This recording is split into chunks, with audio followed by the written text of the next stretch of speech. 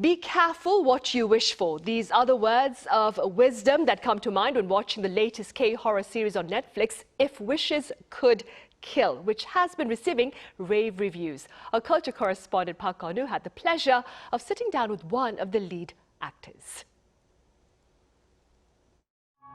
A wish granted, but at the cost of your life. That's the chilling premise behind Netflix's latest Korean horror hit Kirigo, or If Wishes Could Kill, which climbed to the top of the platform's global non-English TV chart the second week after release. 우선 기리고가 지금 넷플릭스 1위를 차지했는데요. 먼저 너무 축하드리고요. 1위를 딱 처음 하셨을 때 어떤 기분이셨나요? When I woke up, my phone was flooded with congratulatory messages. I felt incredibly happy and thought to myself, wow, so this is what this kind of feeling is like. One of the standout factors behind the series' success is its cast, which is largely made up of rising actors, including Hyun Woo-seok. Hard work behind the scenes became one of the driving forces behind the show's popularity.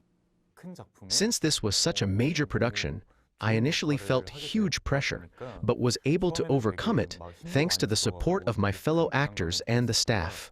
I even arrived early on set to study coding with my teacher, which helped make my performance more convincing. One critic said the appeal of new faces may have resonated even more strongly because the series was released on a streaming platform. The new faces helped maintain viewer immersion, while the strong storytelling kept audiences engaged. Unlike theaters, streaming series rely less on star power and more on the quality of the story and acting. Insiders also say the uniquely Korean horror elements have resonated with global audiences.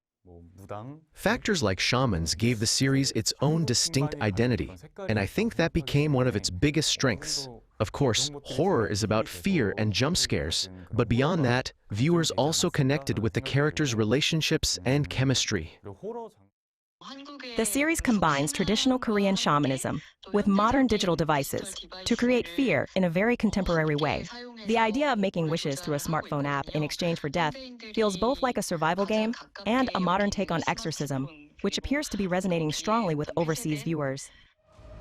The critic added that the future of K-horror lies not only in jump scares, but in compelling storytelling and detailed world building. And judging by the global response so far, audiences around the world may already wish for what Korean horror has to offer next, even a season 2 for Kirigo. Park Kun-woo, Arirang News.